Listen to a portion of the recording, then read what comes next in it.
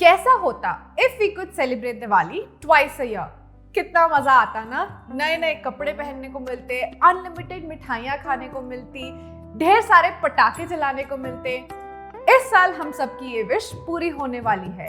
After all, PM Modi has requested the entire nation to celebrate Diwali on 22nd of January. Jai Shri Ram. Welcome back to our YouTube channel Learning Roots Official. आज की video में हम सब बात करेंगे उस ऐतिहासिक पल के बारे में जिसका हम सभी को बहुत टाइम से इंतजार था। फाइनली 500 सालों के बाद श्री राम की अयोध्या में वापसी हो रही है और इस शुभ अवसर पर सरकार ने अयोध्या की तस्वीर ही बदल दी है। आफ्टर ऑल, राम मंदिर इज नॉट जस्ट पॉलिटिकल और रिलीजियस, बट वो एक कल्चरल रेवोल्यूशन की शुरुआत है। तो चलिए सबसे पहले बात करते हैं उस जमीन के बारे में जिसके ऊपर राम मंदिर बनाया गया है। टेम्पल कॉम्प्लेक्स 54,700 स्क्वायर फीट के एरिया में फैला हुआ है और साथ ही में 2.7 एकड़ की जमीन कवर करता है। अगर हम बात करें इसके आर्किटेक्चरल स्टाइल के बारे में तो राम मंदिर is a unique fusion of both the northern and the southern style. It has picked the Nagara style from the north and seamlessly weaves in elements from the celebrated shrines of the south like Rameshwaram, Tirupati and Kanchipuram. Ram मंदिर के निर्माण में लगभग 1400 से 1800 करोड़ का खर्चा आया है।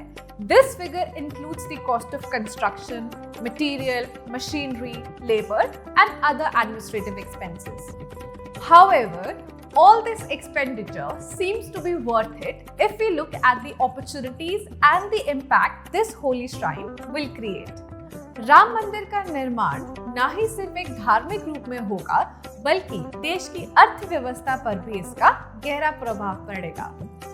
CAIT, that is the Confederation of All India Traders के सेक्रेटरी जनरल प्रवीण खंडेवाल का कहना है कि इस शुभ दिन के अवसर पर देश में लगभग 50,000 करोड़ का बिजनेस जनरेट होगा।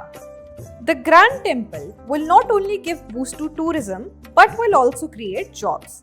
Ayodhya presently houses around 3.5 lakh residents and it is anticipated that an additional 5 lakh individuals, including visitors and migrants attracted by increased economic activities post the temple inauguration, will contribute to the city's population surge.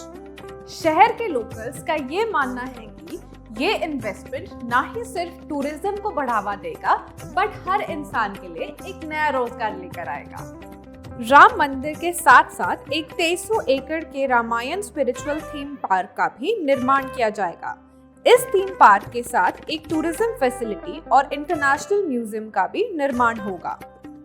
Shri Ram Janmabhoomi Teerth क्षेत्र trust ने भी एक शानदार योजना का प्रस्ताव रखा है to create a world class pilgrimage project Ramayana campus. ये कैंपस 500 से लेकर 1000 एकड़ के दायरे में बनाया जाएगा। इसमें होंगे छोटे छोटे अयोध्या, जनकपुर, लंका, रिवर गंगा और हाँ समुद्र की तस्वीरें।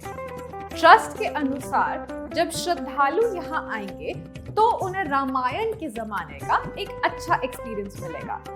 तो क्या आप तैयार हैं इस धार्मिक देवभूमि के दर्शन करके एक शांति प्रिय और आदर्शनीय जीवन की शुरुआत करने के लिए? तो बस कुछ और दिन इंतजार कीजिए और फटाफट से इस साल की पहली दिवाली मनाने की तैयारियां शुरू कीजिए। जय श्री राम।